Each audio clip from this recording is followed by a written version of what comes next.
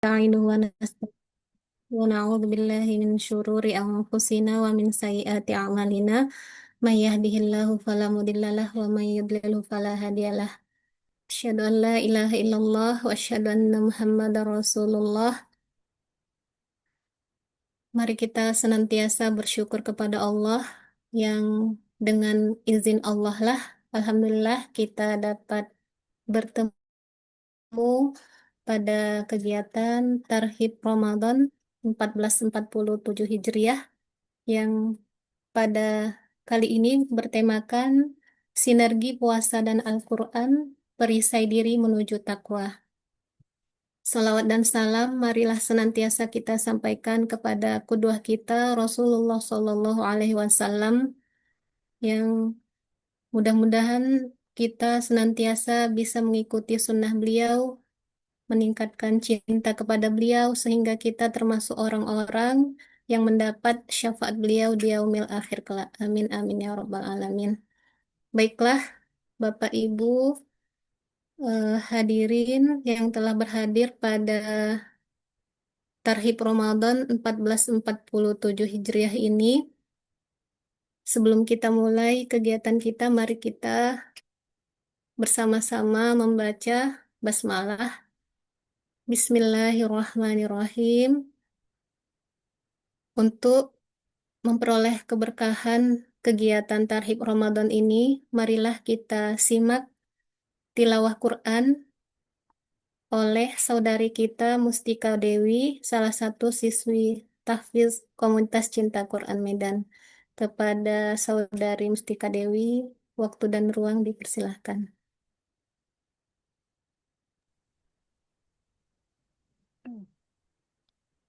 Bismillahirrahmanirrahim.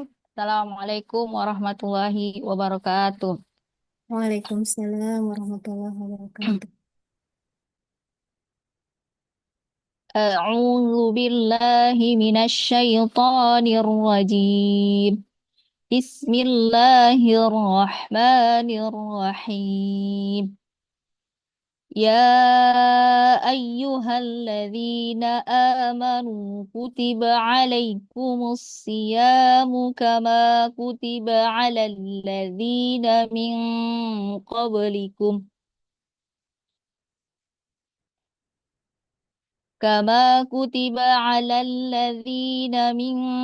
قبلكم لعلكم تتقون أياما معدودات ومن كان منكم مريضا أو على سفر فعدة من أيام أخر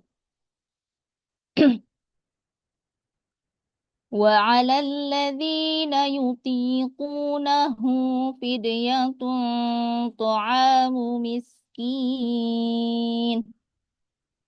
فمن تطوع خيرا فهو خير له وأن تصوموا خير لكم إن كنتم تعلمون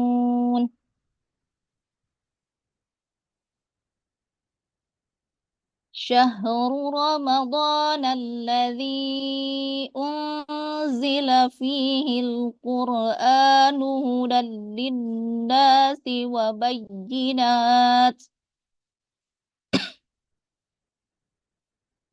وبينة من الهدى والفرقان فمن شهد منكم الشهر فليصمه ومن كان مريضا أو على سفر فعدة من أيام أخر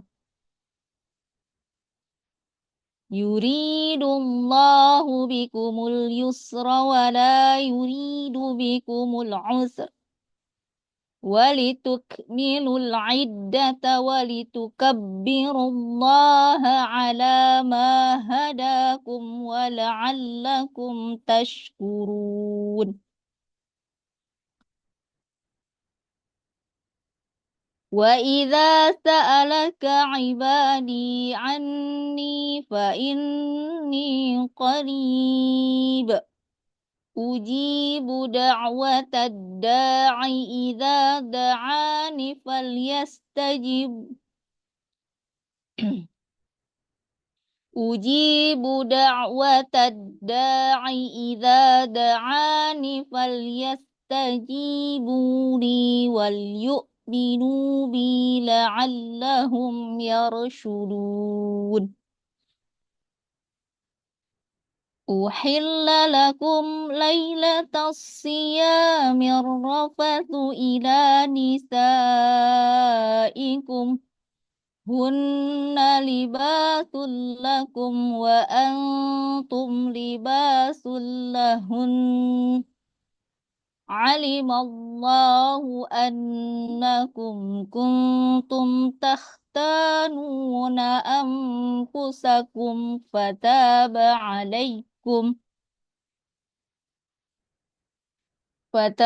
عليكم وعفى عنكم فالآن باشروهن وابتغوا ما كتب الله لكم وكلوا واشربوا حتى يتبين لكم الخيط الأبيض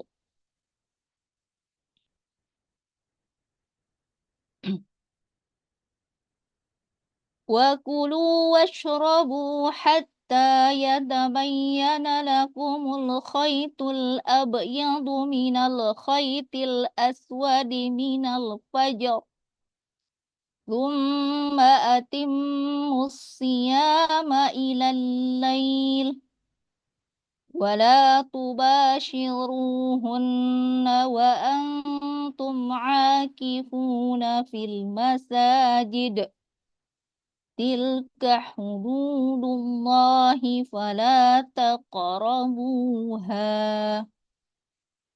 كذلك يبين الله آياته للناس لعلهم يتقون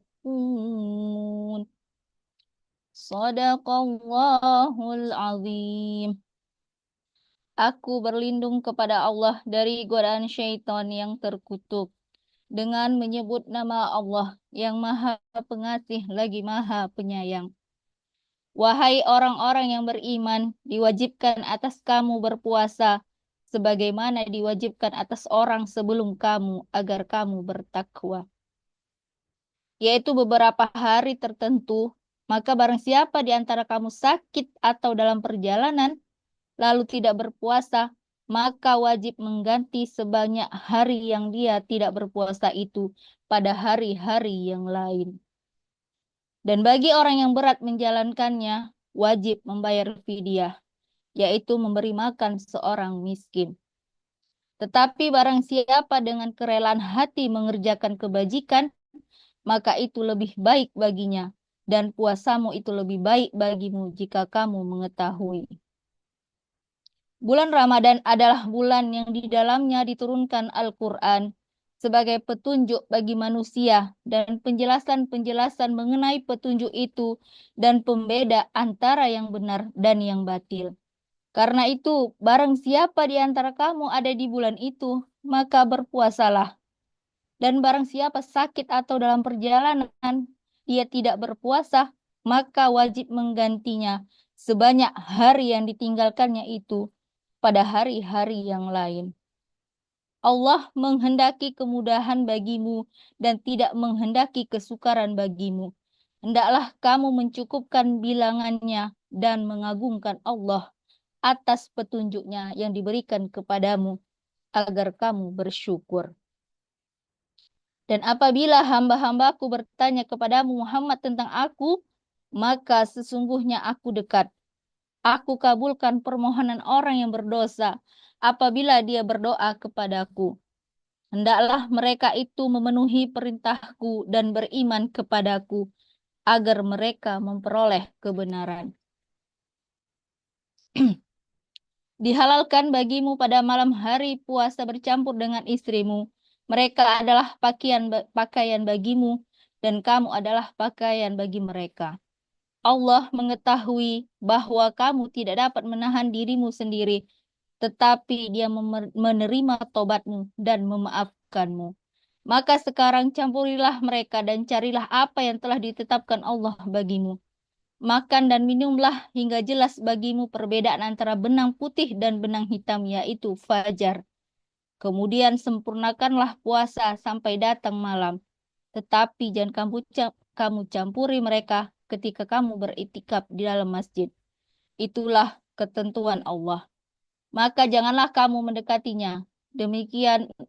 Demikianlah Allah menerangkan ayat-ayatnya kepada manusia agar mereka bertakwa. Maha benar Allah dengan segala firman-Nya.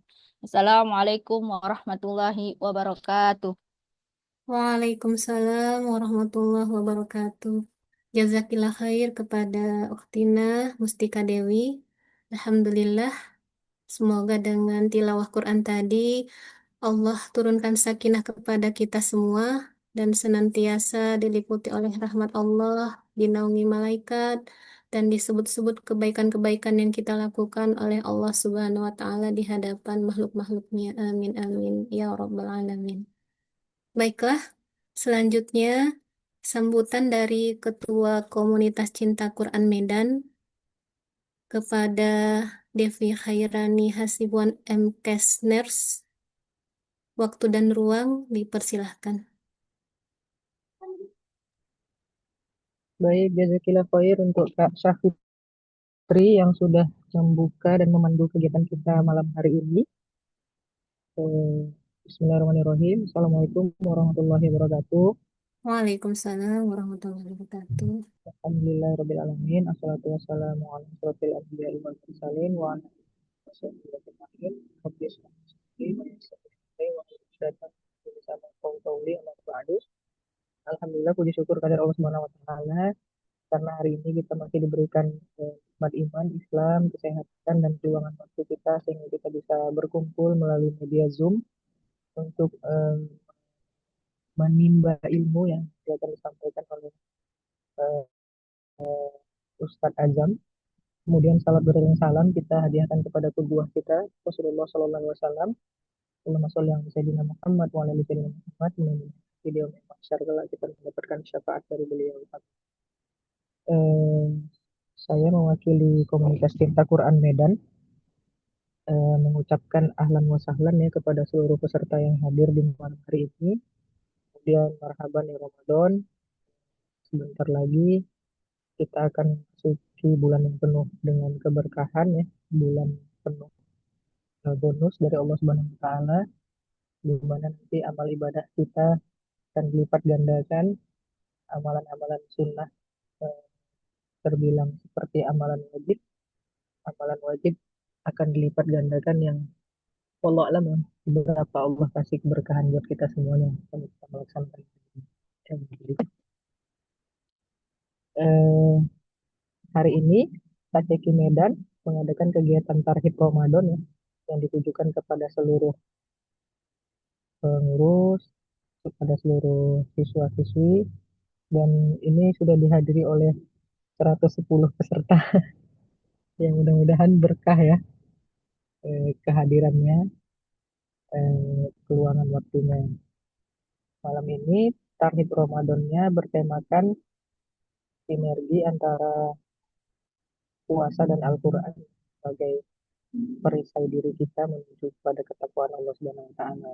Mudah-mudahan dengan diadakannya kegiatan ini kita semakin siap, kita semakin sadar penuh bahwasanya sebentar lagi kita akan memasuki bulan yang penuh dengan maghfirah dan berlomba-lomba untuk melaksanakan kebaikan-kebaikan, ibadah-ibadah mahdoh dan ghairu mahdohnya lebih semangat, eh, membekali diri kita dan keluarga ya dengan kegiatan ini. Mungkin tidak memperpanjang kalam lagi agar bisa segera kita mendengarkan tausiah ya yang akan disampaikan oleh Ustadz Azam Az-Zuhairi LC yang jauh-jauh jauh ya dari luar Indonesia seperti ini ya posisinya, tapi masih menyempatkan diri beliau dan waktu beliau untuk bersama di Medan dalam kegiatan Tarhib Ramadan malam ini. Mungkin itu yang bisa saya sampaikan. Eh, Afwan minkum kalau ada kalimat yang salah. Jazakumullah khairan kafir kepada semua yang berhadir pada malam hari ini. Tetap semangat untuk mendengarkan tausiahnya dan persiapkan diri kita dan keluarga untuk bulan suci Ramadan. Billahi taufiq wal hidayah. Assalamualaikum warahmatullahi wabarakatuh. Waalaikumsalam warahmatullahi wabarakatuh. Jazakillah khair kepada Ketua Komunitas Cinta Quran Medan, Devi Hairani MKes Nurse. Alhamdulillah, mudah-mudahan apa yang disampaikan menambah semangat kita dan kita langsung segera menyimak ya Tarhib Ramadan 1447 Hijriah yang bertema sinergi puasa dan Al-Quran, perisai diri menuju takwa. Namun sebelumnya, izinkan saya untuk membacakan profil singkat Ustadz kita, Ustadz Azam Azuhairi LC.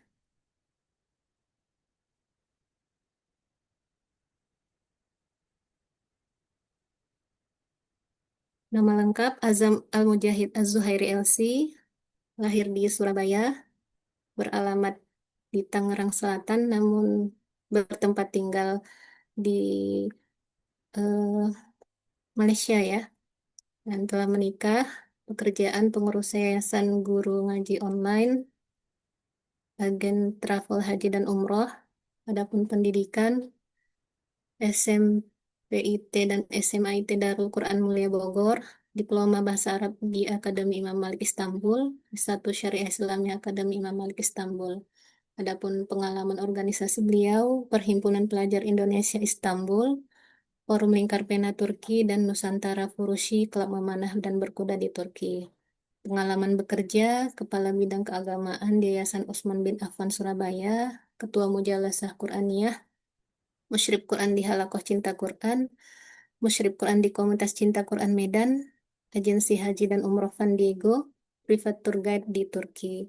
Adapun pengalaman lainnya, pemateri di Sharing Session Bahagia Bersama Al-Quran, pemateri di kajian tafsir online bulanan rutin KCQ Medan, pemateri di kajian Remaja Muslim Masjid Al-Huda Surabaya, pemateri di kajian Cahaya Hati Masjid Ar-Rahmah Surabaya, menerbitkan buku di Serbang Hagia Sophia, peserta wisuda Al-Quran Darul Quran Mulia Bogor 2018, dan telah memiliki sertifikat Tour Guide Tour Leader BNSP.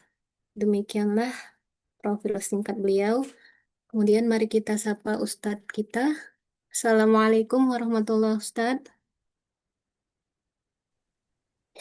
Ya, waalaikumsalam warahmatullahi wabarakatuh. Kaifa halukum ya Ustadz? Alhamdulillah, baik. Alhamdulillah baik.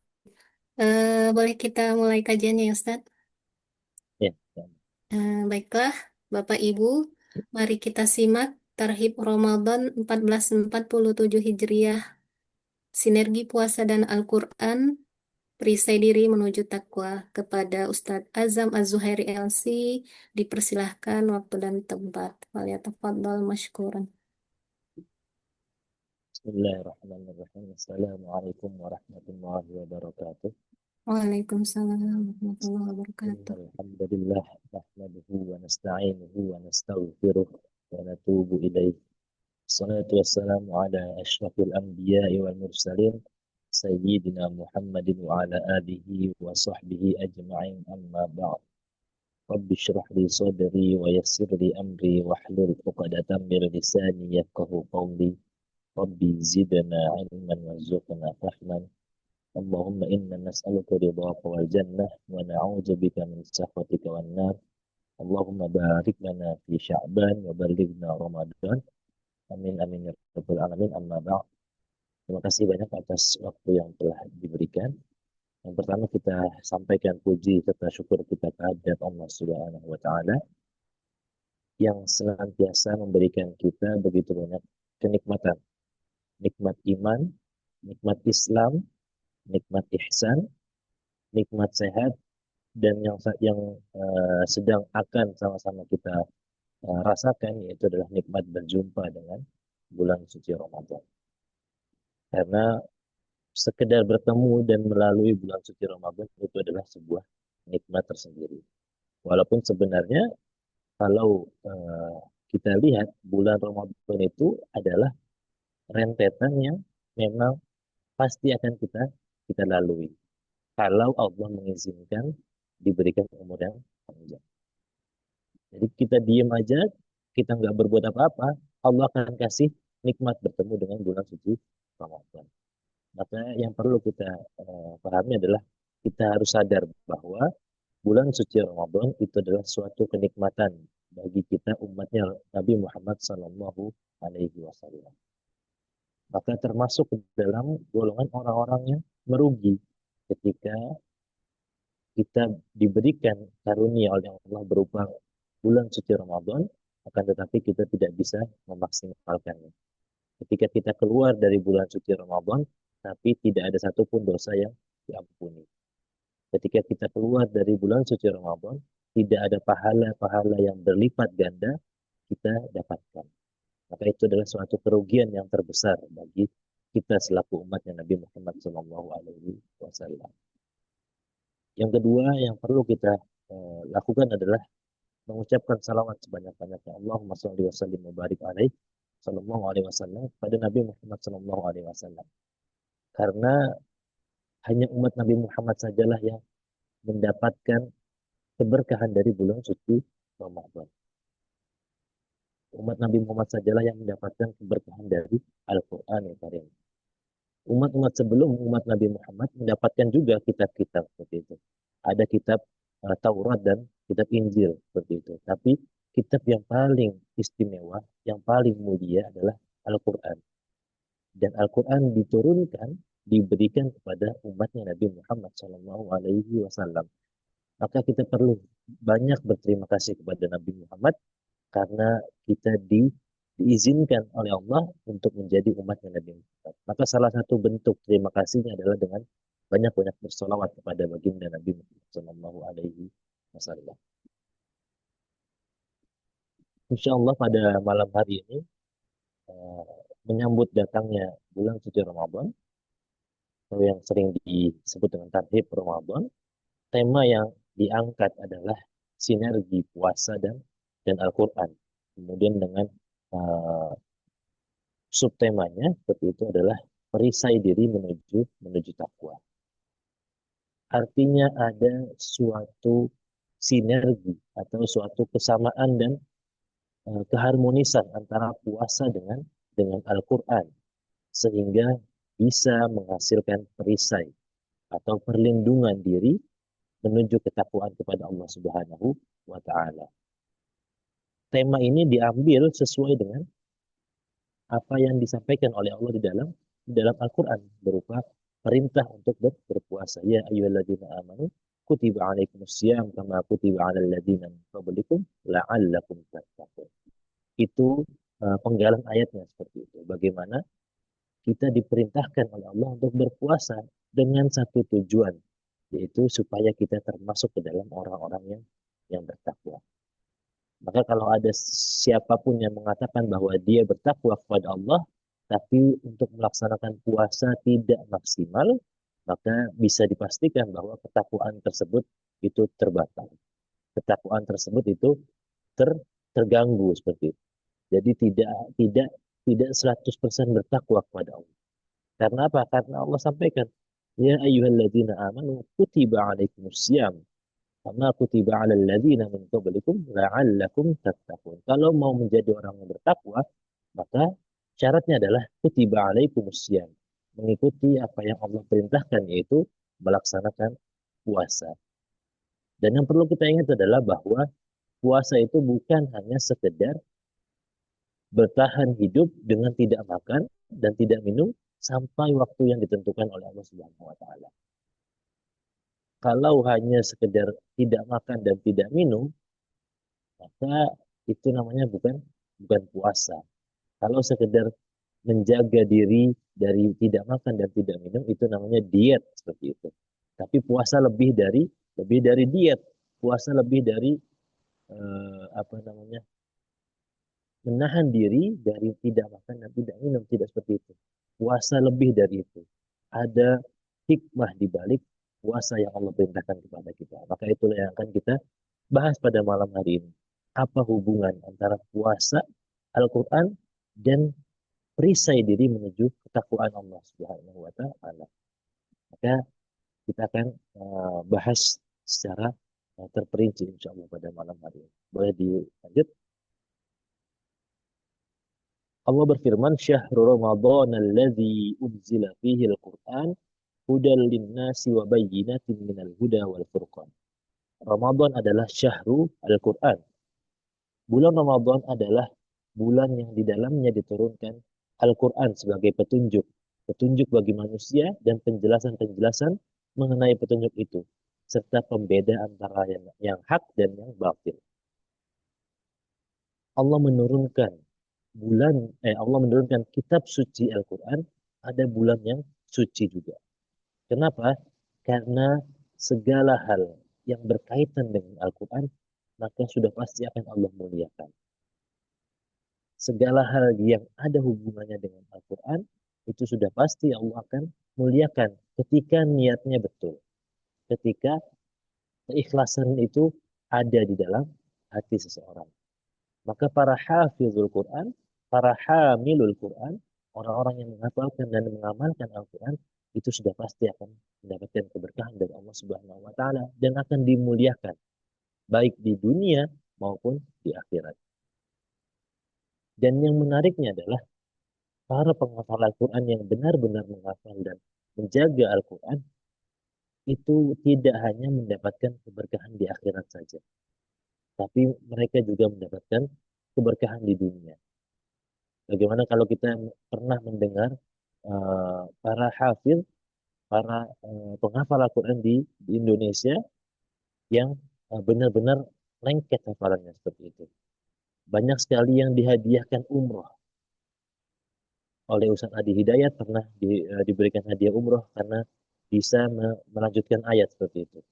Dan itu bukan settingan yang kayak YouTuber buat seperti itu. Tapi itu adalah real bahwa memang mereka mempunyai hafalan yang kuat. Maka ketika menghafal Al-Quran benar-benar menjaga hafalannya, maka Allah akan muliakan mereka. Baik di dunia maupun di akhirat. Dan seperti yang saya sampaikan, semua yang berkaitan dengan Al-Quran pasti akan dimuliakan. Begitu juga dengan waktu diturunkannya Al-Quran. Allah menurunkan Al-Quran pada bulan suci Ramadan.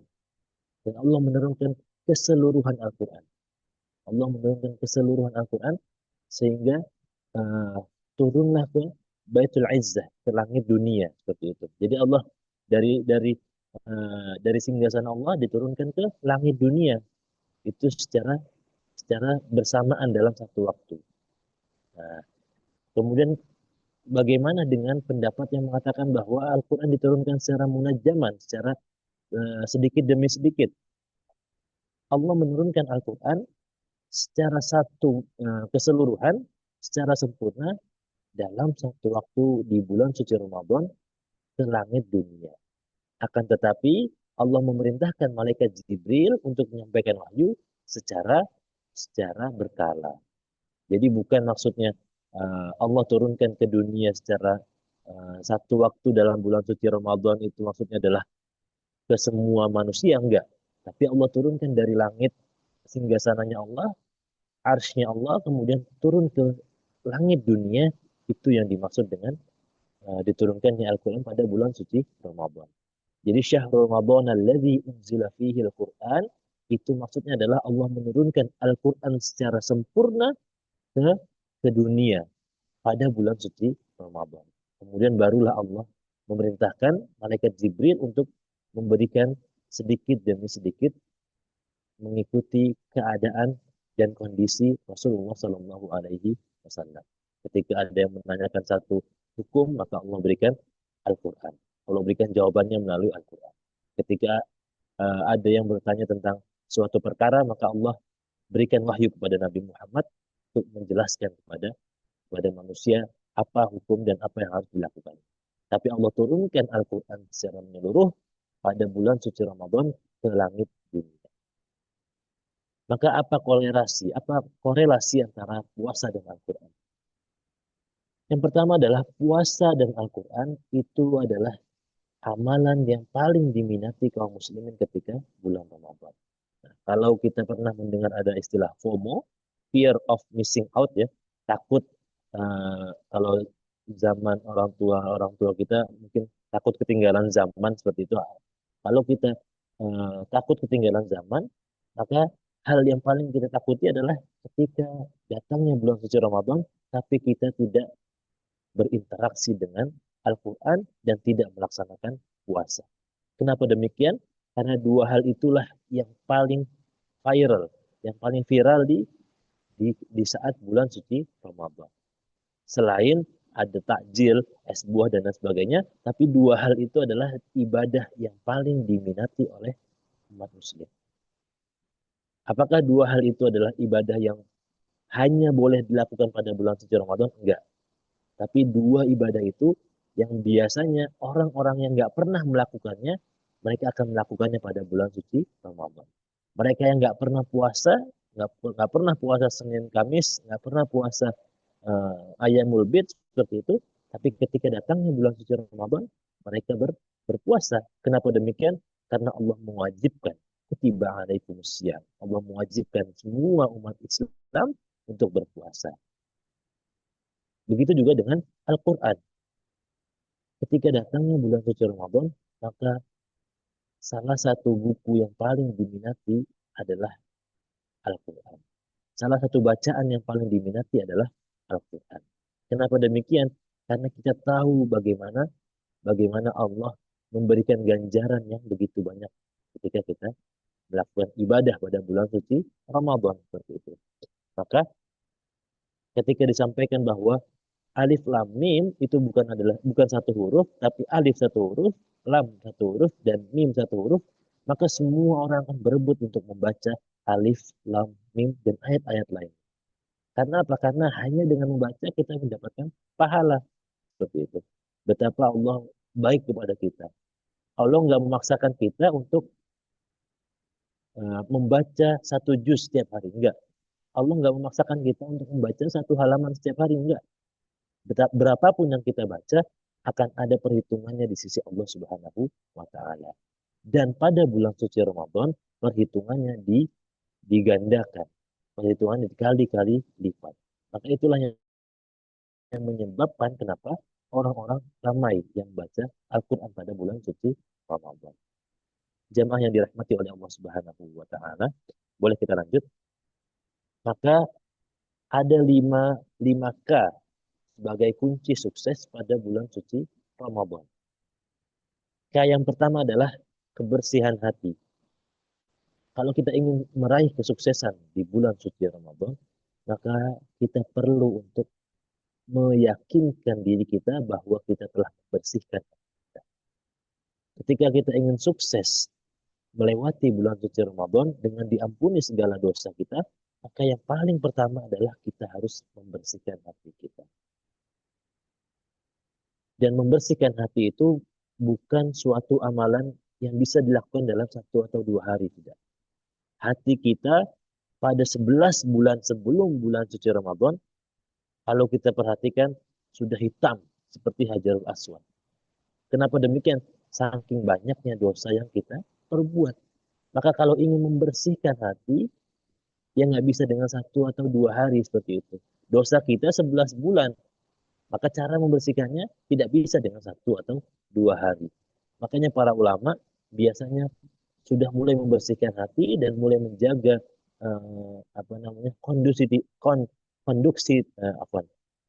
sudah mulai menjaga waktu mereka itu dengan berada di 6 bulan sebelum bulan Ramadan. Maka 6 bulan sebelum datangnya bulan suci Ramadan, mereka sudah mempersiapkan diri. Mereka sudah membersihkan hati. Mereka sudah membersihkan semua hal yang tidak ada kaitannya dengan ibadah. Kenapa demikian? Karena mereka tahu bahwa 6 bulan sebelum datangnya bulan suci Ramadan, mereka sudah terlalu banyak melakukan dosa. Dan ini adalah ulama yang sama-sama kita ketahui, mereka kerjaannya adalah ibadah dan berdakwah. Ini para ulama, ibadah, berdakwah, belajar, ibadah, berdakwah, belajar. Itu para ulama, tapi mereka tetap mempersiapkan diri mereka, mempersiapkan kebersihan hati mereka dalam waktu 6 bulan sebelum datangnya bulan suci Ramadan. Berbeda dengan kita, kita seminggu sebelum Ramadan juga masih sibuk dengan pekerjaan kita. Bahkan besok Ramadan, malam ini terawih, kita masih nggak ngeh seperti itu. Malam ini udah terawih emang. Nah, itu tandanya kita tidak peduli dengan bulan suci Ramadan kita. Tiba-tiba dengar apa namanya takbiran seperti itu. Artinya sudah habis Ramadannya. Itulah yang biasa terjadi fenomena kita selaku umat Islam. Maka kebersihan hati adalah yang paling utama. Kemudian yang kedua adalah dengan kesucian niat. Yang kedua adalah kesucian niat. Bagaimana setelah hati kita bersih, barulah kita mulai menyusun niat kita satu persatu. Apa yang akan kita lakukan pada bulan suci Ramadan. Yang pertama kali kita akan terfikir adalah bagaimana cara kita bertahan hidup dengan cara tidak makan dan tidak minum. Itu sudah fitrahnya manusia. Karena manusia selalu berpikir tentang perut, perut, dan perut. Maka ketika datangnya bulan suci Ramadan, pasti yang pertama adalah kita pikir, gimana ya nanti kalau Ramadan bisa nggak makan, bisa nggak minum, seperti itu. Maka kemudian datanglah perkara yang kedua, nanti sahur apa ya? 30 hari. Makanya yang dicari pertama ketika buka TikTok atau Instagram adalah 30 menu berbuka puasa ketika Ramadan. Atau 30 menu sahur ketika bulan suci Ramadan. Karena apa? Karena niat kita adalah bagaimana kita bisa menjaga diri kita bisa tahan untuk tidak makan dan minum ketika bulan suci Ramadan. Maka yang perlu kita perbaiki adalah niat kita 30 hari 30 hari dikali 24 jam, maka apa yang akan kita lakukan? Seperti itu. Berapa porsi yang akan kita habiskan untuk beristirahat karena kelelahan? Berapa porsi yang akan kita habiskan untuk bekerja? Berapa porsi yang akan kita habiskan untuk belajar seperti itu? Maka harus kita siapkan sedemikian rupa. Kenapa? Karena kalau kita nggak siapkan sebelum kejadian atau sebelum hari kejadian, maka rasanya akan berat untuk kita persiapkan di waktu bulan suci Ramadan.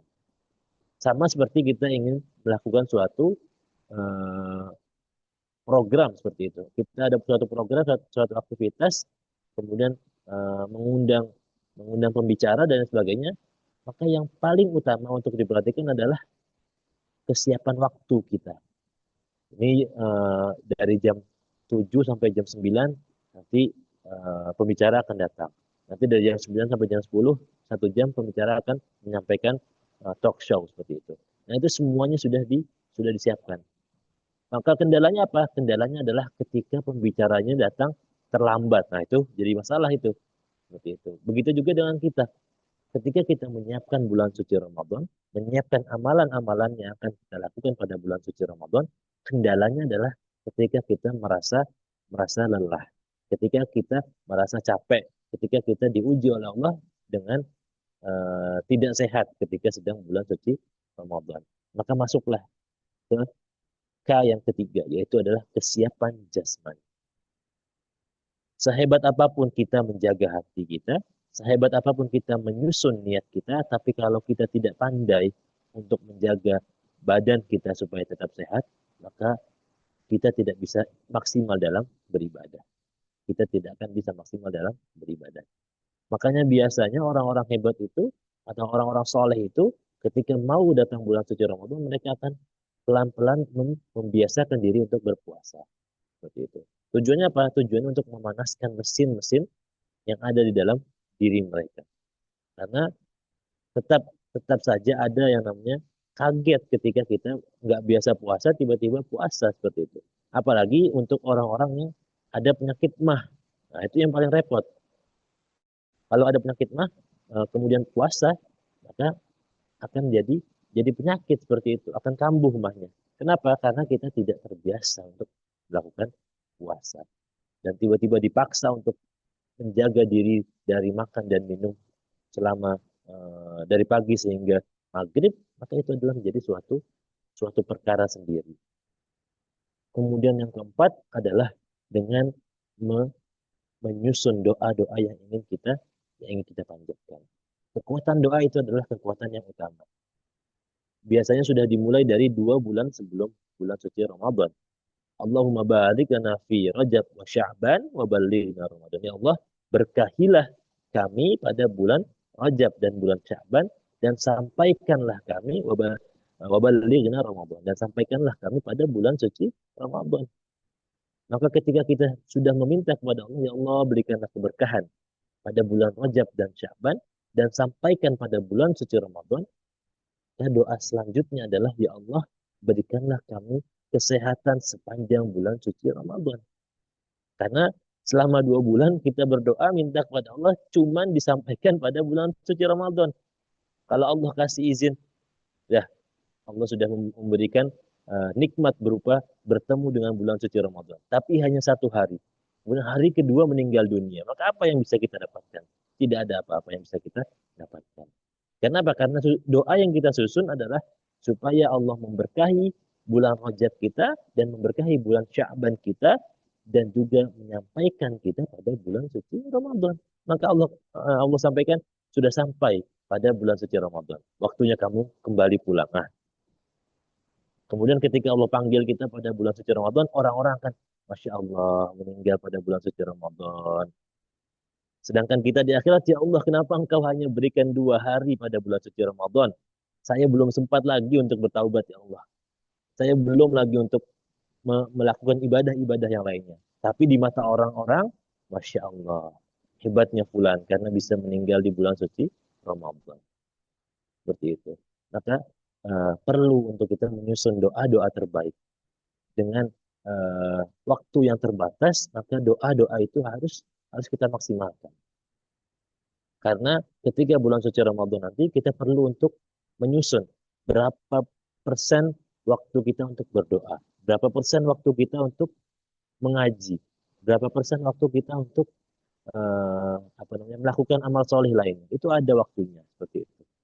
Kalau yang dulu mungkin sebelum sholat, ketika sudah pergi ke masjid, itu bisa berdoa seperti itu antara azan dengan iqamah. Tapi ketika bulan suci Ramadan datang, biasanya akan dihabiskan dengan membaca Al-Quran. Artinya terpotonglah waktu kita untuk berdoa. Maka kita harus mencari waktu lain, yaitu dengan bangun di sepertiga malam. Dan yang terakhir adalah keberkahan waktu. Kita semua sama-sama mempunyai 30 hari di bulan suci Ramadan. 30 dikali dengan 24 jam. Maka itulah waktu yang kita punyai untuk melakukan ibadah-ibadah dan amal soleh pada bulan suci Ramadan. Waktunya sama. Yang berbeda adalah apakah waktu yang kita miliki itu bisa menjadikan waktu kita diberkahi oleh Allah Subhanahu wa taala. Ketika 30 hari yang kita miliki, kita perlu lihat berapa persen Allah memberkahi waktu kita. Bagaimana kita mengetahui apakah waktu kita diberkahi oleh Allah atau tidak? Caranya adalah dengan kita lihat 1 hari ini kita ngaji apa enggak? 1 hari ini kita sedekah atau enggak? 1 hari ini berapa lama kita tidur? Nah, itu bisa kelihatan. Oh, karena hari ini capek banget jadinya tidur setengah hari seperti itu. Kemudian setengah harinya lagi bangun dan masak untuk takjil seperti itu. Nah, itu artinya kita bisa lihat, oh berarti keberkahan waktu kita hanya sedikit seperti itu. Kemudian cari hari yang lain. Di hari yang lain selepas subuh membaca Al-Quran. Kemudian sampai waktu duha. Kemudian setelah waktu duha qailullah, tidur sebentar, menunggu waktu zuhur. Selepas zuhur, kemudian membaca Al-Quran lagi sampai asar. Selepas asar, membaca Al-Quran lagi sampai 1 jam sebelum maghrib. Kemudian mencari takjil dan lain sebagainya, mandi-mandi. Lepas maghrib, kemudian makan, iftar dan lain sebagainya. Kemudian sampai ke isya. Selepas isya pun tidur lebih awal. Karena apa? Karena mempersiapkan diri untuk bangun di sepertiga malam untuk melakukan qiyamul lail. Jadi selesai sholat tarawih langsung tidur dan mempersiapkan diri untuk qiyamul lail. Seperti itu.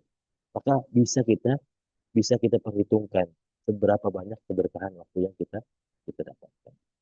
Maka itu adalah 5 kunci sukses pada bulan suci Ramadan. Disingkat menjadi 5K seperti itu. Kemudian jamaah yang dirahmati oleh Allah Subhanahu wa taala, boleh dilanjut. Selain dari 5K tersebut, ada beberapa hal lain yang juga perlu kita perbaiki. Dan saya menyingkat menjadi dasi seperti itu. Yang pertama adalah doa, seperti yang masuk dalam kategori 5K tadi. Yang pertama adalah doa. Bagaimana kita perlu untuk memperbaiki doa kita. Kita perlu mencari mana doa-doa yang kita perlukan untuk saat ini seperti itu. Karena nggak semua doa kita perlukan pada saat ini seperti itu. Contoh, ya Allah berikan saya kesehatan yang sempurna pada 30 hari ini. Ini doa yang penting. Ketika bulan suci Ramadan, salah satu doa yang paling penting adalah minta untuk diberikan kesehatan. Berbeda dengan bulan-bulan yang lain. Mungkin di bulan-bulan yang lain kita hanya meminta ya Allah berikan saya kesehatan seperti itu. Tapi kalau di bulan suci Ramadan lebih spesifik lagi. Ya Allah berikan saya kesehatan 30 hari bisa melakukan ibadah secara penuh, secara maksimal pada bulan suci Ramadan. Lebih spesifik doa yang kita panjatkan. Kemudian yang kedua adalah Al-Quran. Al-Quran yang kita biasa berinteraksi dengannya, itu juga perlu kita perbaiki. Apa maksudnya? Maksudnya adalah yang dulunya porsi kita dengan Al-Quran hanya sedikit, maka perlu kita tambahkan. Mengingat betapa Allah muliakan bulan suci Ramadan dengan diturunkan Al-Quran pada waktu itu. Ya, ada suatu keistimewaan ketika kita membaca Al-Quran pada bulan suci Ramadan. Maka ketika kita sudah terbiasa membaca Al-Quran, kemudian ada sampai di satu fase di mana kita mengantuk ketika membaca Al-Quran. Artinya perlu ada inovasi lain. Nah, ketika ada inovasi lain, ketika ada perubahan gaya membaca Al-Quran, maka biasanya kita akan hilang rasa ngantuknya. Sebagai contoh, kalau kita sedang membaca Al-Quran, kemudian tiba-tiba kita mengantuk. Nah, kita boleh cari cara lain atau jenis yang lain yang bisa kita lakukan. Sebagai contoh, membaca terjemahan dari Al-Quran. Ketika kita dirasa sudah mengantuk ketika sedang membaca Al-Quran, maka boleh kita coba untuk membaca terjemahannya seperti itu. Karena biasanya dengan membaca terjemahannya kita akan lebih fokus seperti itu. Karena jadi kita, oh ini maksudnya, oh ini yang disampaikan oleh Allah. Akan ada kekhusyuan tersendiri. Maka Al-Quran perlu kita perbaiki. Dan yang ketiga adalah sholat. Sholat juga perlu kita perbaiki menjelang datangnya bulan suci Ramadan. Karena ada satu sholat yang hanya ada pada bulan suci Ramadan. Dan itu bukan sebentar, yaitu adalah sholat tarawih. Sholat tarawih itu bukan sebentar, bukan 2 rakaat seperti sholat subuh, enggak. Sholat tarawih itu paling sedikitnya 11 rakaat seperti itu. Dan 11 itu memerlukan waktu yang lama gitu. Jadi kalau kita nggak terbiasa sholat lama, kita baru takbir kemudian baca surat Al-Fatihah langsung ngantuk, nah, itu akan berat untuk melanjutkan perjuangan kita ketika melaksanakan sholat tarawih. Maka sholat kita perlu diperbaiki. Kita perbanyakkan lagi sholat-sholat sunnah. Karena apa? Karena sholat yang wajib seharusnya sudah terbiasa kita lakukan sebelum datangnya bulan suci Ramadan. Maka sholat-sholat sunnah perlu kita perbanyak. Yang tadinya sudah terbiasa qiyamul lail 2 rakaat, kita tambahkan lagi jadi 4 rakaat. Yang biasa 4 rakaat tambahkan lagi menjadi 6 rakaat. Yang sudah biasa 6 rakaat tambahkan lagi menjadi 8 rakaat dan lain sebagainya. Yang belum terbiasa melakukan sholat sunnah rawatib sebelum dan sesudah sholat, maka kita coba untuk biasakan. Yang belum terbiasa sholat qobliyah subuh atau belum terbiasa melakukan sholat duha, maka kita coba biasakan sebelum datangnya bulan suci Ramadan. Dan yang terakhir adalah infak, bersedekah. Bagaimana kita membiasakan diri untuk istiqomah, itu yang paling utama. Jangan kita apa namanya, dalam 30 hari infak 100.000 di hari pertama, kemudian sisanya kita nggak berinfak sama sekali. Nah, jangan seperti itu. Tapi coba untuk kita istiqomahkan diri sebagai pembelajaran kita untuk terbiasa dan apa namanya, terikat dengan amal soleh selalu. Seperti itu. Kalau kita berinfak di awal bulan suci Ramadan, walaupun jumlahnya besar, tapi kemudian eh, di sisa dari bulan suci Ramadan lainnya kita tidak berinfak sama sekali, maka akan ada hikmah yang terputus. Seperti itu. Tapi kalau kita bagi dari 100.000, contoh kita ada eh, anggaran untuk infak di bulan suci Ramadan 100.000 seperti itu. Maka jangan langsung bagikan 100.000 pada satu waktu seperti itu. Tapi coba untuk bagi 100.000 itu menjadi 30 hari. Dan lebih baik lagi kalau kita masukkan 100.000 dibagi 30 dan ke masjid-masjid yang berbeda. Karena apa? Karena artinya ada hikmah di balik itu. Artinya kita melakukan sholat di masjid-masjid yang berbeda. Artinya ada tempat sujud, ada sajadah yang bisa menjadi bukti, yang menjadi apa namanya, saksi di sisi Allah nanti. Bahwa ketika bulan suci Ramadan, dia pernah menjadi tempat sujudnya kita. Maka kita kita perlu untuk membagi 30 hari untuk berinfak di sisi Allah Subhanahu wa taala. Boleh dilanjut? Jemaah yang dirahmati oleh Allah Subhanahu wa taala. Maka sesuai dengan tema kita pada malam hari ini adalah sinergi puasa dan Al-Qur'an. Ada 3 hal yang saya tuliskan sebagai sinergi antara puasa dengan Al-Qur'an. Yang pertama adalah bahwa Al-Qur'an diturunkan pada bulan puasa. Kemudian yang kedua adalah puasa dan Al-Quran sama-sama merupakan perisai pertahanan bagi orang Islam. Dan yang terakhir adalah bahwa Al-Quran dan puasa sama-sama mendatangkan syafaat atau mendatangkan pertolongan yang memudahkan kita masuk ke dalam surganya Allah Subhanahu wa taala.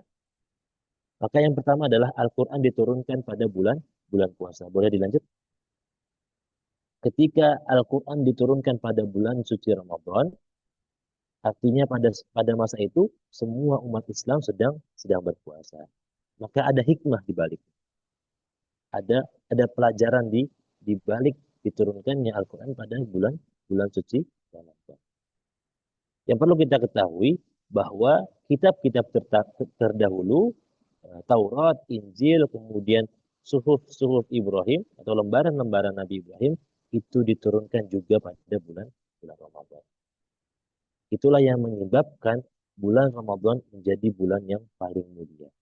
Bulan Ramadan menjadi bulan yang paling suci. Kenapa? Karena kitab suci diturunkan selain Al-Quran. Kitab suci selain Al-Quran diturunkan juga pada bulan suci Ramadan. Maka ia adalah best moment atau waktu yang terbaik untuk kita menjadi lebih baik. Dan beberapa ulama menjelaskan bahwa Al-Quran diturunkan pada bulan suci Ramadan itu bukan karena tidak ada sebab, tapi ada sebabnya. Antara yang disebutkan oleh para ulama adalah karena bulan Ramadan adalah bulan pembelajaran yang paling besar.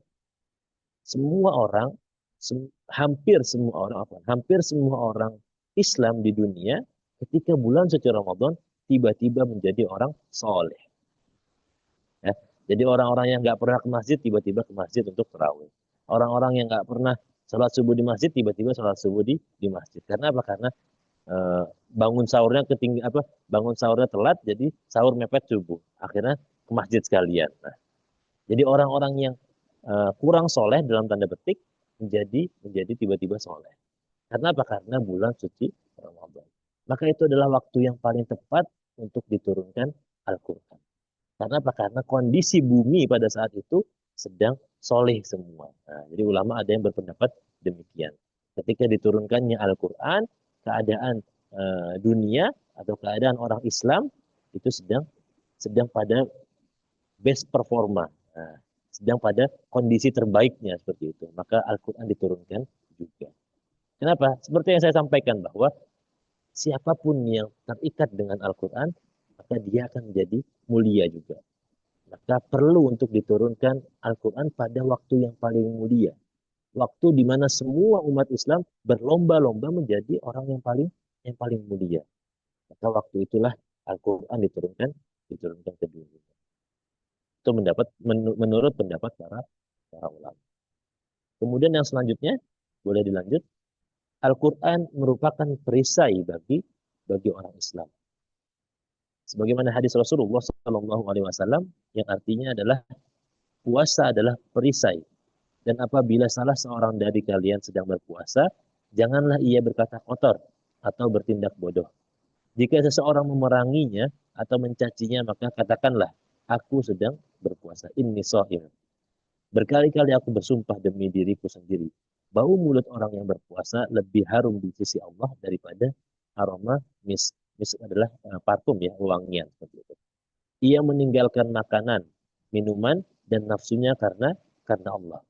Puasa adalah untukku, untuk Allah, dan Allah lah yang akan memberikan balasannya, dan amal kebaikan akan dilipat gandakan 10 kali, 10 kali lipat.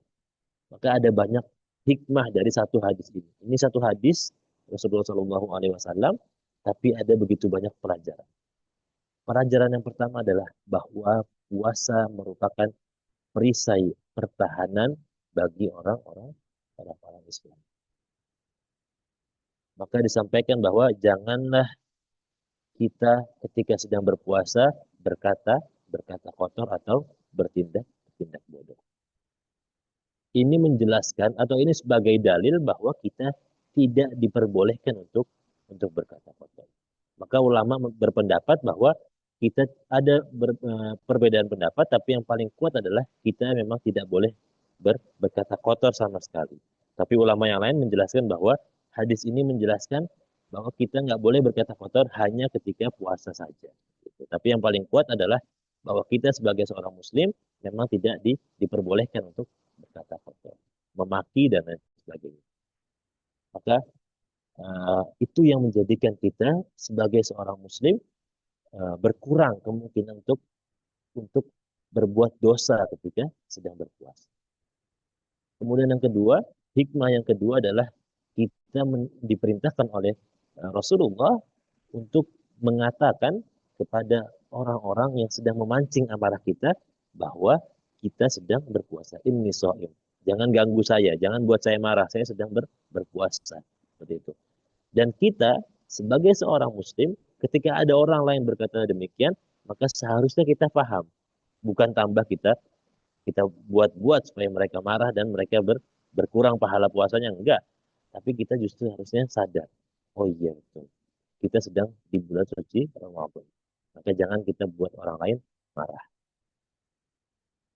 Dan yang terakhir, dan yang ketiga adalah bahwa orang-orang yang berpuasa bau mulutnya lebih harum di sisi Allah. Nah, ini yang perlu kita perhatikan, bahwa bau orang berpuasa itu lebih harum di sisi Allah. Mungkin di sisi manusia baunya luar biasa, tapi di sisi Allah bau mulut orang yang berpuasa itu jauh lebih wangi dari aroma misk seperti itu.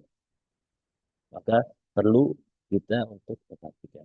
Kenapa demikian? Karena makruh hukumnya ketika kita sedang berpuasa, kemudian kita menggosok gigi menggunakan odol seperti itu. Hukumnya makruh. Maka nggak perlu takut. Ketika kita berpuasa, kemudian, waduh hukumnya makruh, nggak bisa gosok gigi, gimana dong? Ya nggak masalah seperti itu. Karena pada bulan suci Ramadan, semua orang normalnya pasti bau mulut. Nah, karena apa? Karena semua orang normalnya berpuasa seperti itu. Kecuali orang-orang yang tidak berpuasa, maka mereka akan wangi mulutnya seperti itu. Maka bisa ketahuan kalau ada orang-orang yang mulutnya wangi, ya, itu perlu dicurigai seperti itu. Apalagi kalau bau mulutnya bau sambal seperti itu. Nah, itu berarti mereka habis makan sambal. Itu nggak perlu curiga lagi, emang udah jelas seperti itu. Maka itulah yang perlu diperhatikan, hikmah dari berpuasa itu sendiri. Kemudian yang terakhir adalah bahwa puasa adalah ibadah yang spesial hanya untuk Allah Subhanahu wa taala. Betul bahwa dengan berpuasa ada hikmah jasmani yang bisa kita dapatkan.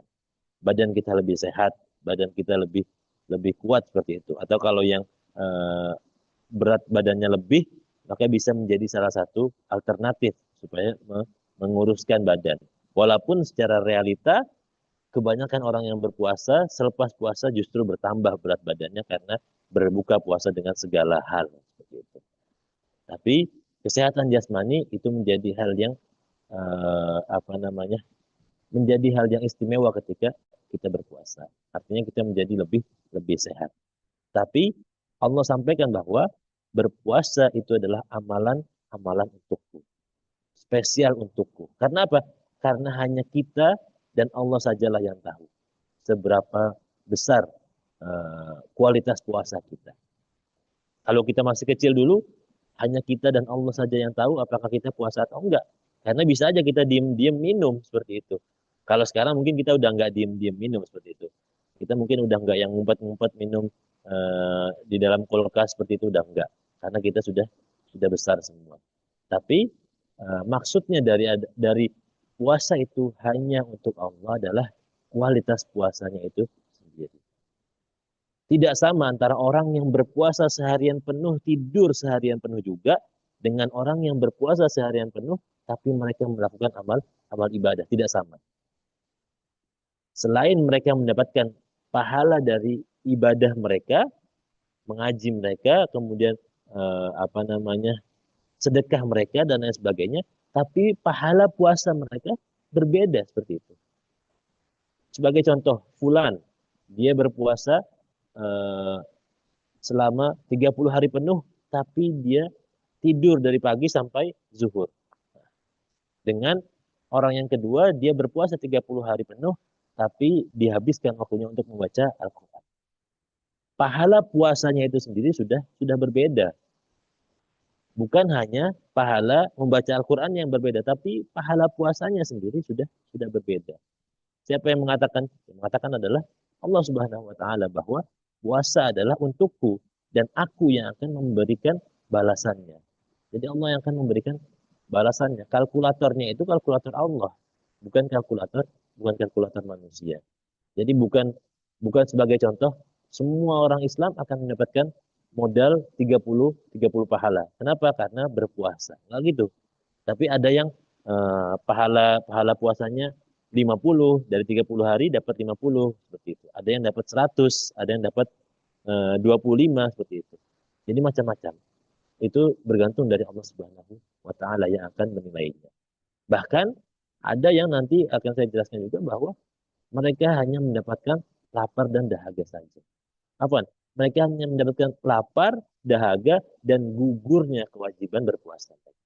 Nah, jadi mereka nggak perlu ganti. Karena apa? Karena mereka berpuasa.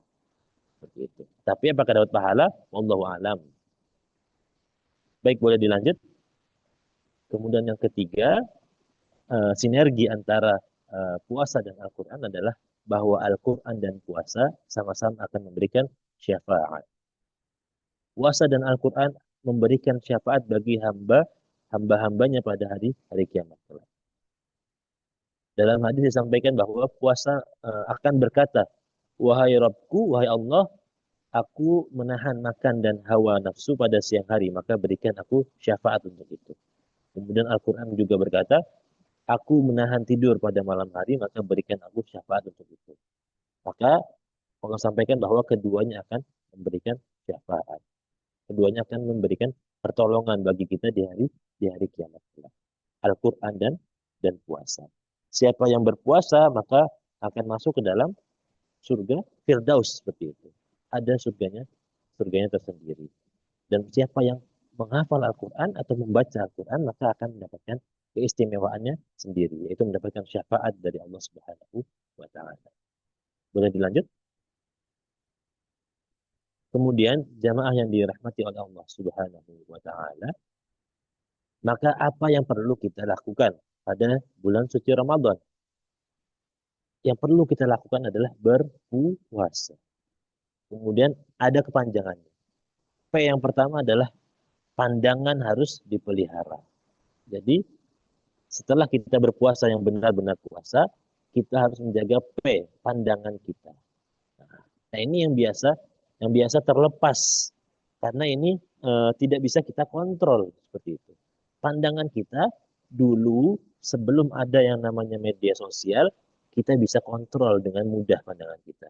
Kita duduk di rumah, insya Allah kita akan terhindar dari zina mata, insya Allah. Ini zaman dulu.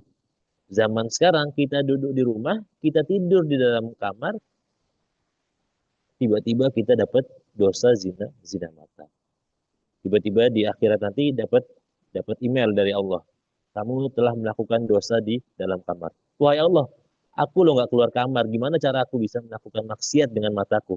Kemudian Allah sampaikan bahwa kamu bermaksiat dengan handphone. Kamu bermaksiat dengan gadget. Ya Allah, tapi kan itu nggak sengaja. Kemudian Allah sampaikan, iya benar kamu nggak sengaja. Tapi kan kamu lihat lagi. Nah, itu yang jadi masalah. Jadi kita yang sudah terbiasa scroll-scroll, akhirnya apa? Akhirnya menjadi dosa bagi kita. Pandangan pertama mungkin nikmat ya, menurut sebagian ulama, pandangan yang pertama adalah nikmat seperti itu. Maka pandangan yang kedua barulah terhitung dosa seperti itu. Tapi bagaimana kita bisa memastikan bahwa setiap yang kita lihat itu adalah pandangan pertama? Kan nggak bisa.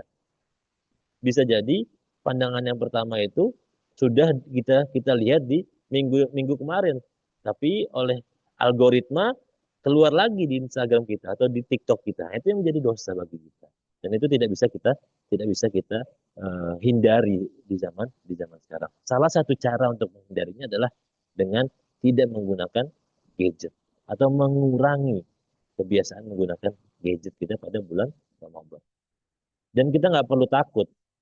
Kita nggak perlu takut untuk apa namanya kehilangan informasi-informasi penting pada bulan Ramadan. Nggak perlu, karena bulan Ramadan memang waktunya kita untuk panen, waktunya kita untuk mengambil sebanyak-banyaknya kebaikan di sisi Allah.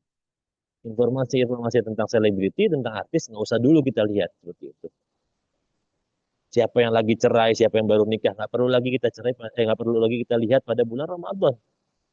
Kita eh, memaksimalkan ibadah kita pada bulan Ramadan dengan mematikan televisi, kemudian meletakkan gadget kita di tempat yang dulu kita letakkan Al-Quran di sana. Maksudnya gimana? Sebagai contoh, kita yang jarang memegang Al-Quran, biasanya kita akan meletakkan Al-Quran kita di lemari paling atas sekali, ditutup dengan kaca, kemudian selesai. Nah, ketika datang bulan Ramadan, kita fungsikan gadget kita letakkan gadget kita di Al-Quran.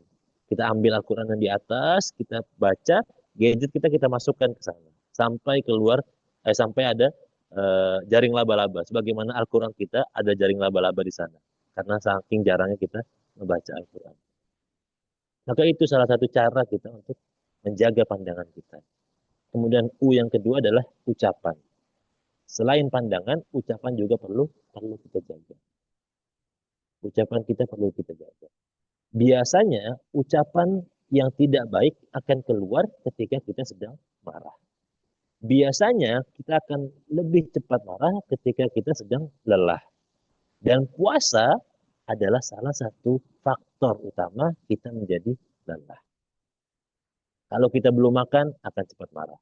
Kalau kita kekurangan air, akan cepat marah. Maka ucapan perlu dijaga. Karena pada saat puasa, ucapan atau mulut kita menjadi sensitif. Kesenggol dikit marah. Kemudian apalagi kesiram air dikit marah. Kemudian apalagi banyak hal-hal yang sebenarnya remeh-temeh menjadi perkara yang besar ketika sedang berpuasa. Kenapa? Karena memang fitrahnya manusia ketika lapar akan mudah marah. Ketika sedang haus akan mudah marah. Akan mudah tersulut emosi. Itu memang fitrahnya manusia. Maka perlu untuk kita ingat lagi bahwa ucapan harus kita jaga. Kemudian dua, A-nya adalah amal soleh. Amal soleh perlu kita perbanyakkan. Dan ini adalah informasi yang sudah umum. Semua orang ketahui bahwa ketika masuk bulan suci Ramadan, perlu kita perbanyakkan lagi amal soleh. Ya, tinggal prakteknya aja bagaimana. Gitu.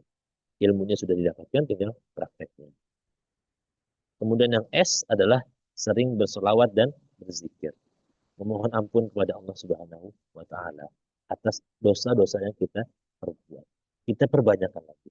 Kemudian perbanyakkan lagi solawat. Allahumma sholli ala sayyidina Muhammad. Perbanyakkan lagi solawat. Supaya apa? Supaya kita bisa lebih dekat dengan Nabi Muhammad SAW dan mendapatkan syafaat dari Nabi Muhammad. Dan yang terakhir adalah A, amal buruk ditinggalkan. Nah, ini yang biasanya menjadi fenomena bagi kita. Mentang-mentang kita tahu bahwa amal soleh akan dilipat gandakan. Kemudian kita tetap melakukan amal-amal salah. Nah, itu jadi salah.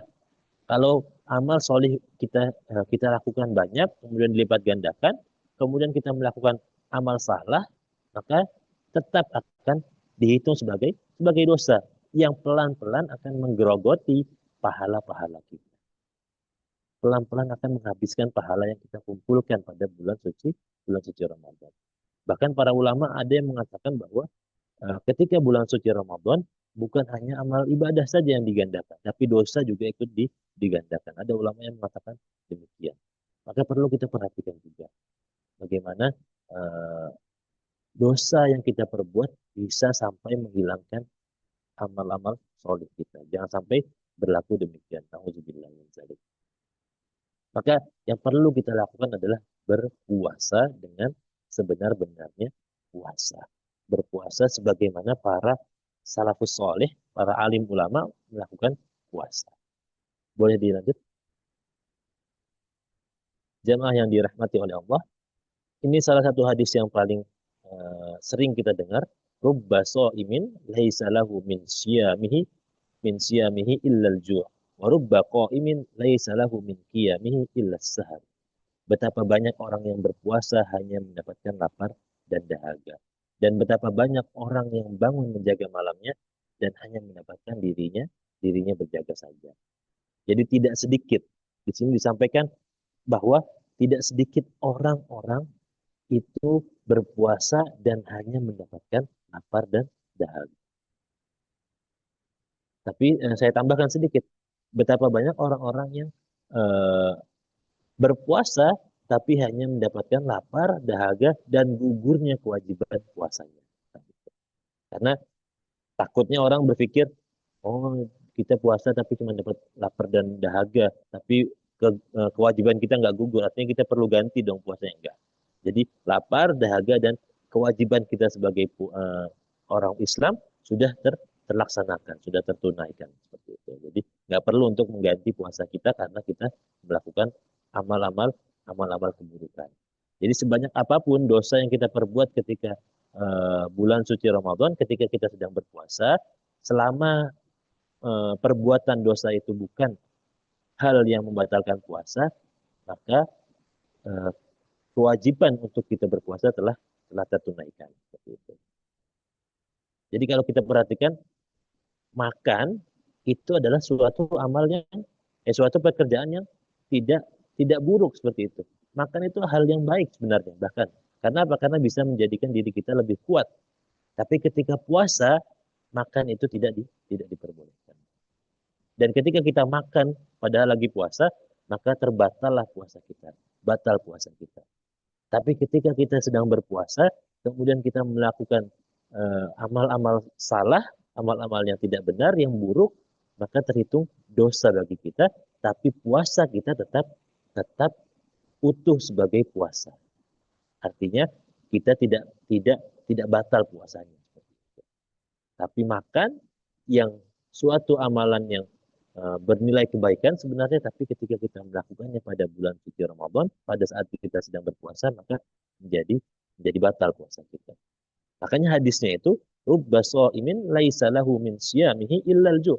Betapa banyak orang yang berpuasa tapi hanya mendapatkan lapar dan dahaga. Artinya puasa mereka tidak bernilai apapun. Puasa mereka tidak ada nilainya di sisi Allah Subhanahu wa Ta'ala. Mungkin di sisi orang kita menjadi orang-orang yang soleh seperti itu. Mungkin di sisi orang lain kita jadi terlihat hebat karena berpuasa 30 hari. Tapi karena dosa yang sering kita perbuat, maka hilang semua sebuah kebaikan dari puasa tersebut. Makanya semoga kita tidak termasuk ke dalam orang-orang yang pelan-pelan digerogoti dosa pahala puasa kita dan akhirnya hilang 30 hari puasa Ramadan kita tidak mendapatkan pahala apapun. Yang padahal Allah sudah memberikan garis besar bahwa puasa hanya Allah lah yang akan membalas kebaikan tersebut. Jadi perhitungannya perhitungan Allah. Maka ketika kita kehilangan itu artinya suatu kerugian yang sangat besar di sisi Allah Subhanahu wa taala. Baik jamaah yang dirahmati oleh Allah Subhanahu wa taala, boleh dilanjut. Semoga dengan apa yang sudah kita pelajari, apa yang sudah kita ingat kembali pada malam hari ini bisa menjadikan amal ibadah kita pada bulan suci Ramadan nanti diterima di sisi Allah Subhanahu wa taala dan kita termasuk ke dalam orang-orang yang bertakwa. La'allakum tattaqun. Bisa menjadi hamba Allah yang masuk ke dalam surganya Allah Subhanahu wa taala. Maka yang perlu kita ingat bahwa tidak selamanya meninggal pada bulan suci Ramadan itu nikmat bagi orang-orang yang banyak dosanya, maka yang meninggal pada bulan suci Ramadan adalah musibah. Kenapa? Karena belum sempat bertaubat. Jadi walaupun kita meninggal pada bulan suci Ramadan sebagai contoh, tapi kalau dosa kita begitu banyak, maka kita termasuk orang-orang yang merugi. Kenapa demikian? Karena kita belum sempat bertaubat dan belum sempat merasakan nikmatnya bulan suci Ramadan. Maka yang perlu saya garis bawahi adalah jangan menunggu 10 hari terakhir untuk memulai amal-amal soleh. Jangan menunggu 10 hari terakhir untuk melakukan qiyamul lail. Jangan menunggu 10 hari terakhir baru kita mengejar target tilawah kita. Karena apa? Karena nggak ada yang menjamin kita mendapatkan kenikmatan 10 hari terakhirnya. Siapa yang jamin kita bisa hidup sampai hari terakhir Ramadan? Siapa yang bisa menjamin kita diberikan kesehatan oleh Allah Subhanahu wa taala sampai di malam terakhir Ramadan seperti itu? Mungkin kita nggak meninggal pada bulan suci Ramadan, tapi Allah berikan musibah berupa sakit yang tidak bisa kita melakukan amal soleh ketika kita sedang sakit tersebut. Maka itu adalah kerugian bagi kita. Maka yang perlu kita ingat dan perlu kita panjatkan selalu adalah doa kepada Allah, ya Allah berikanlah kesehatan yang sempurna pada 30 hari di bulan suci Ramadan supaya kita bisa maksimal dalam beribadah kepada Allah Subhanahu wa taala dan kita bisa panen sebanyak-banyaknya kebaikan-kebaikan dan pahala supaya 11 bulan yang sudah kita lalui itu bisa terhapuskan dosanya. 11 bulan yang kita lalui yang menjadikan hati kita begitu hitam itu bisa kembali putih, bisa kembali suci selepas kita melalui bulan suci Ramadan. Wallahu a'lam. Al-haqqu min rabbika fala takunanna minal mumtarin. Hanya ini yang bisa saya sampaikan. Semoga ada kebaikan yang bisa diambil dan bisa kita sama-sama menjadikan bulan suci Ramadan ini perisai diri menuju ketakwaan di sisi Allah Subhanahu wa taala. Assalamualaikum warahmatullahi wabarakatuh. Waalaikumsalam warahmatullahi wabarakatuh. Masya Allah, luar biasa materi yang telah Ustadz sampaikan. Banyak tips-tips, banyak eh, doa-doa yang terbaik yang sebaiknya kita mohonkan kepada Allah sehingga kita bisa maksimal dalam Ramadan sehingga menjadi perisai menuju takwa. Baiklah, kita masuk kepada sesi diskusi. Kepada Bapak Ibu yang ingin bertanya, boleh langsung raise hand bertanya kepada Ustadz, atau boleh juga diketik di kolom chat.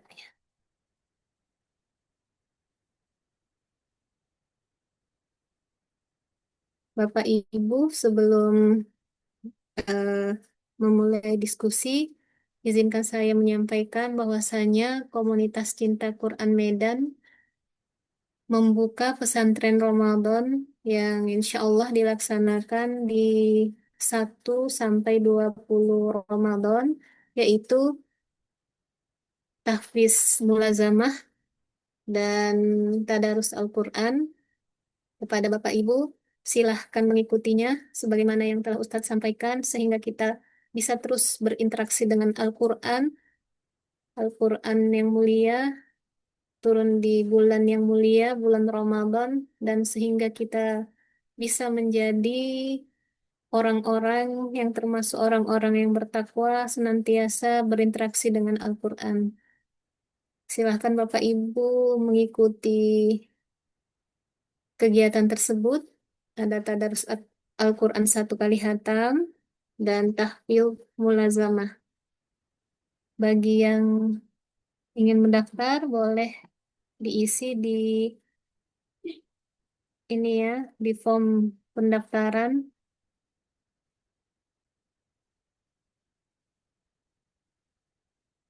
sebagaimana yang ada di layar Zoom kita.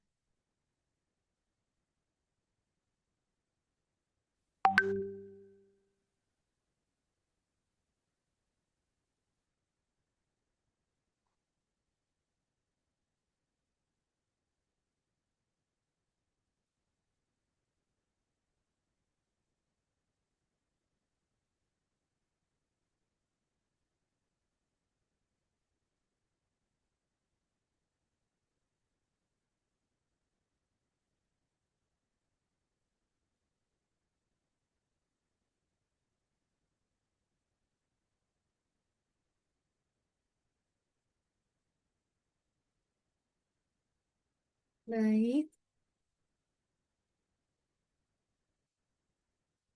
sebelum ada yang bertanya, boleh mengajukan pertanyaan ya Ustadz. Begini Ustadz, kita sebagai apa namanya banyak nih yang bekerja, baik bapak-bapak, ibu-ibu di bulan Ramadan gitu ya.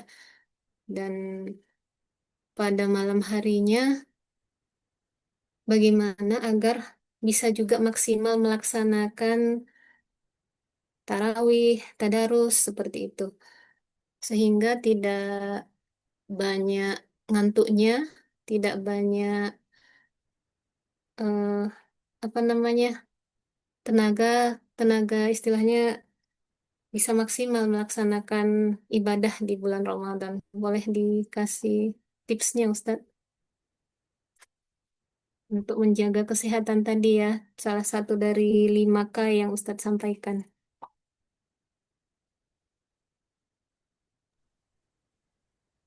Ya, bismillah. Tentunya setiap orang mempunyai badan, kondisi jasmani yang berbeda-beda seperti itu. Ada yang memang sudah terbiasa dengan aktivitas-aktivitas yang padat. Maka untuk orang yang seperti itu, ujiannya adalah bagaimana dia bisa memasukkan. Memasukkan apa? Memasukkan waktu untuk membaca Al-Qurannya di dalam kegiatannya yang begitu padat. Ada yang memang 24 jam itu sudah penuh seperti itu. Bahkan waktu tidurnya aja hanya 4 jam. Ada nggak? Ada. Maka ujiannya bukan pada kesehatan. Karena memang mereka sudah terbiasa untuk menjaga diri, menjaga kesehatan mereka. Walaupun mereka padat seperti itu kegiatannya, tapi mereka sudah tahu bagaimana solusinya, bagaimana cara terhindar dari penyakit dengan kepadatan kesibukan mereka. Biasanya mereka dengan suntik vitamin dan lain sebagainya, minum vitamin yang banyak atau obat-obatan yang lain. Itu sudah selesai bagi mereka. Maka ujiannya bagi mereka adalah bagaimana mereka bisa menyempatkan untuk berinteraksi dengan orang. Sehat-sehat, tapi nggak ada waktu untuk ngaji seperti itu. Kenapa? Karena memang mereka terlalu sibuk. Dan bagi mereka yang ada waktu, kemudian bisa bisa membaca Al-Quran, tapi khawatir untuk tidak maksimal seperti itu. Sebagai contoh kalau eh, terawih takut takut ngantuk seperti itu. Karena apa? Karena eh, waktu pulang dari kantor itu maghrib. Jadi baru pulang dari kantor langsung sholat maghrib, buka puasa, kemudian dihajar dengan begitu banyak makanan, iftar, akhirnya jadi ngantuk ketika sholat tarawih dan nggak maksimal ketika tarawih. Maka kita bisa cari alternatif lain.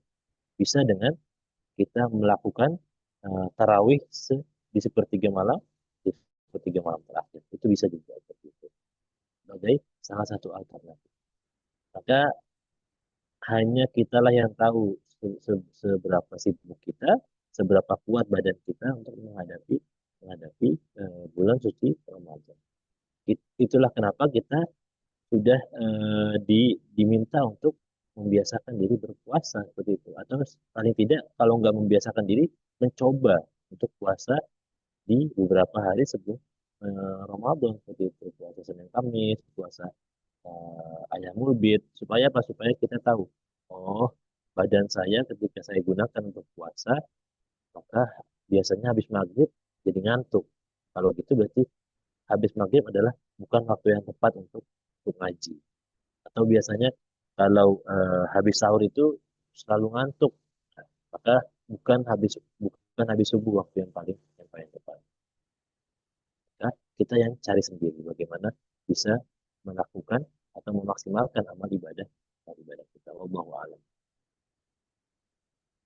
Jazakumullah khair, Ustaz. Ini sudah ada pertanyaan di kolom chat. Pertanyaan pertama, izin bertanya Ustadz, apakah Lailatul Qadar hanya bisa didapat dengan iktikaf di masjid? Bagaimana dengan wanita yang sedang haid di 10 hari terakhir? Langsung dijawab atau dibacakan pertanyaan kedua, Ustadz? Boleh ditambah yang kedua, digabungkan.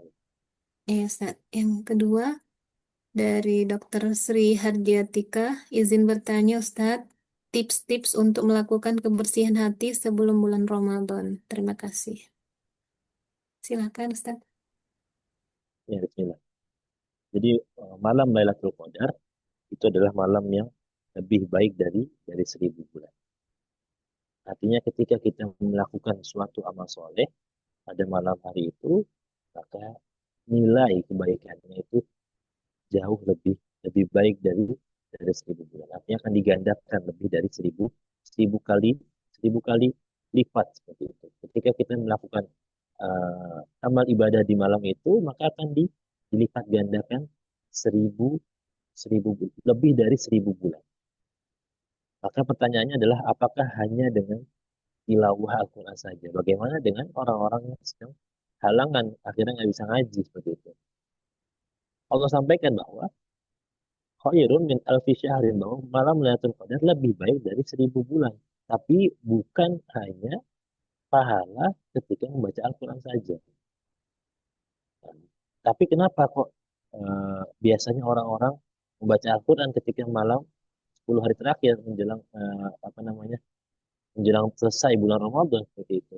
Karena apa? Karena membaca Al-Quran adalah salah satu ibadah yang panjang. Membaca Al-Quran adalah salah satu ibadah yang menghabiskan waktu yang panjang. Kalau sedekah kan cuma 1 detik kita masukkan duit ke kotak amal selesai. Sedangkan masih panjang lagi waktu malam kita. Nah, maka biasanya orang-orang akan menghabiskan malam dengan membaca Al-Quran. Karena apa? Karena supaya bisa menghabiskan malam dan menjaga malam apa namanya, bisa lebih optimal lagi. Tapi apakah ibadah yang digandakan oleh Allah hanya membaca Al-Quran? Tidak. Semua ibadah yang dilakukan pada malam Lailatul Qadar itu akan dilipat gandakan. Ketika kita menolong orang lain pada malam Lailatul Qadar, maka akan dilipat gandakan. Ketika kita memberi makan hewan pada malam Lailatul Qadar, maka akan dilipat gandakan juga. Ketika kita berniat untuk memaafkan orang lain pada malam Lailatul Qadar, maka itu akan dinilai kebaikan juga seperti itu. Segala hal amal soleh yang kita lakukan pada malam Lailatul Qadar itu akan masuk ke dalam amalan-amalan yang dilipat gandakan oleh Allah Subhanahu wa taala. Tapi kenapa kok kebanyakan orang ngaji? Ya karena yang tadi saya sampaikan bahwa dengan membaca Al-Quran jadi lebih panjang waktu yang kita gunakan untuk kebaikan. Kemudian yang kedua tadi pertanyaannya apa tadi?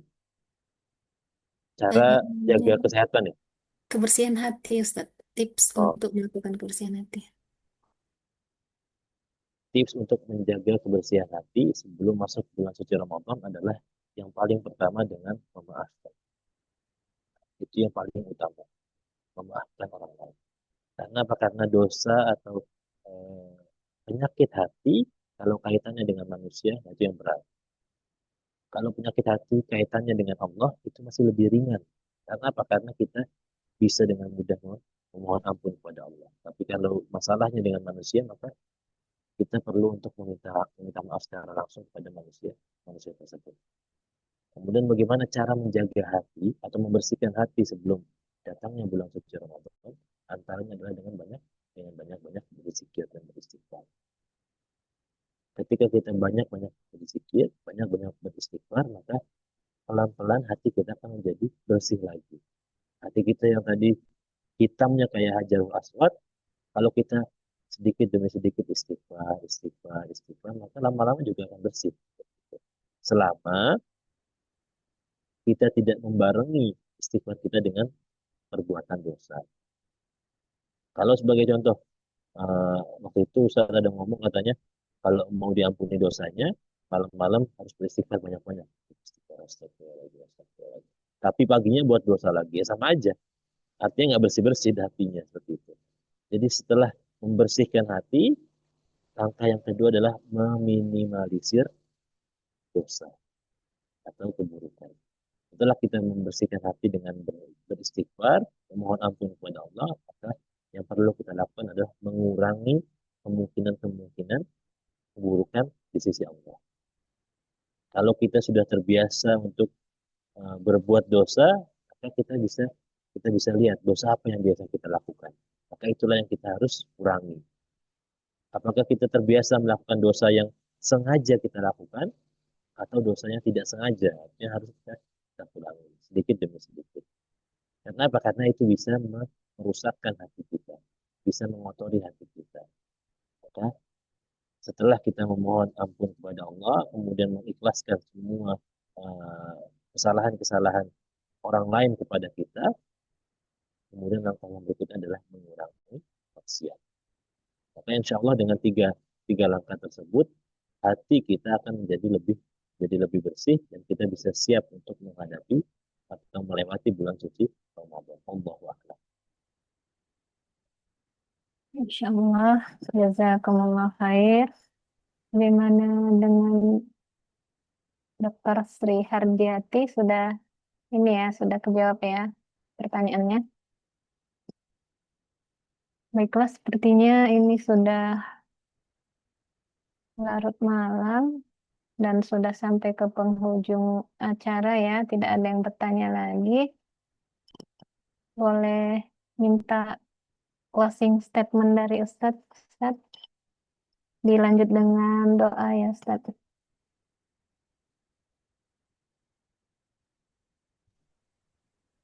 Ya, Bismillah. Dengan segala yang sudah kita bahas pada malam hari ini, maka yang paling utama adalah bagaimana kita menyusun hati kita, menyusun niat kita, dan membuat perhitungan. Berapa banyak porsi ibadah yang akan kita lakukan pada bulan suci Ramadan. Berapa banyak porsi istirahat yang akan kita lakukan setiap hari. Dan berapa banyak porsi untuk kita berkomunikasi dengan keluarga kita. Nah, itu yang penting untuk kita buat porsi-porsi seperti itu supaya tidak ada yang tidak ada yang berlebihan, supaya kita nggak kebanyakan porsi seperti itu. Kalau kita nggak buat perhitungan, nanti akhirnya kebanyakan istirahatnya. Kalau kebanyakan istirahatnya, akhirnya jadi kita nggak tahu tiba-tiba udah takbiran. Nah, itu yang jadi perlu kita perhatikan. Banyak-banyak apapun perancangan, maka yang berikutnya adalah kita laksanakan apa yang sudah kita rancang. Apa yang sudah kita buat plan, maka perlu kita realisasikan. Maka insya Allah dengan dua hal tersebut, dengan ditambah dengan doa dan mohon ampun kepada Allah, maka kita bisa dengan mudah meraih kesuksesan pada bulan Ramadan dan kita bisa keluar dari bulan Ramadan menjadi hamba yang bertakwa dan hamba yang terhindar dari segala dosa, artinya sudah Allah ampunkan semua dosa yang kita miliki. Baik, kita cukupkan pada malam hari ini dengan istighfar 3 kali. Astagfirullahaladzim, astagfirullahaladzim, astagfirullahaladzim. A'udzubillahi minasyaitonirrajim. Bismillahirrahmanirrahim. اللهم إنك عفو كريم تحب العفو فاعف عنا. اللهم صل على سيدنا محمد وعلى آل سيدنا محمد. اللهم إنا نسألك رضاك والجنة ونعوذ بك من سخطك والنار. اللهم إنا نسألك علما نافعا ورزقا واسعا وعملا متقبلا. اللهم إنا نسألك علما نافعا ورزقا واسعا وعملا متقبلا. اللهم أحينا بالإيمان وأمتنا بالإيمان واحشرنا بالإيمان وأدخلنا الجنة مع الإيمان برحمتك يا أرحم الراحمين. اللهم إنك عفو كريم تحب العفو فاعف عنا. اللهم أعز الإسلام والمسلمين وأذل الشرك والمشركين ودمر أعداءك أعداء الدين. اللهم انصر إخواننا المجاهدين المستضعفين في فلسطين. اللهم يا مقلب القلوب ثبت قلوبنا على دينك. اللهم يا مصرف القلوب صرف قلوبنا على طاعتك. ربنا لا تزغ قلوبنا بعد إذ هديتنا وهب لنا من لدنك رحمة إنك أنت الوهاب. ربنا هب لنا من أزواجنا وذرياتنا قرة أعين واجعلنا للمتقين إماما. ربنا آتنا في الدنيا حسنة وفي الآخرة حسنة وقنا عذاب النار. وصلى الله على سيدنا محمد وعلى آله وصحبه وسلم والحمد لله رب العالمين. Bismillahirrahmanirrahim. Jazakumullah khair kepada Ustadz yang telah menyampaikan kajian Tarhib Ramadan. Insya Allah menjadi amal jariah bagi Ustadz dan bagi kami semua mudah-mudahan dapat diamalkan. Baiklah Bapak Ibu, sebelum kita tutup kajian kali ini, mohon kepada Bapak Ibu untuk membuka kameranya untuk mengambil dokumentasi.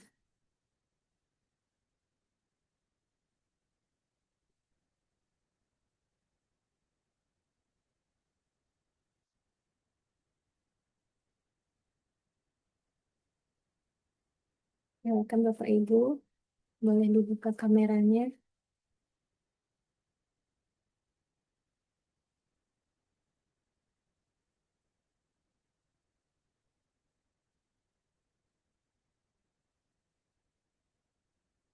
Baik, 1, 2, 3. Alhamdulillah. Jazakumullah khair kepada Ustadz, kepada Bapak Ibu hadirin semuanya. Insya Allah kita bertemu kembali di kegiatan Komunitas Cinta Quran selanjutnya. Afwan minkum atas salah dan hilaf. Dan dalam menyambut Ramadan, mohon maaf lahir batin kembali kami semua pengurus Komunitas Cinta Quran. Mudah-mudahan kita sambut Ramadan dengan hati yang suci, jasmani yang sehat. Insya Allah kita dapat melaksanakan ibadah di bulan Ramadan dengan amal terbaik kita, amal eh, yang maksimal, sehingga kita menjadi orang yang bertakwa. Amin amin ya rabbal alamin. Assalamualaikum warahmatullahi wabarakatuh.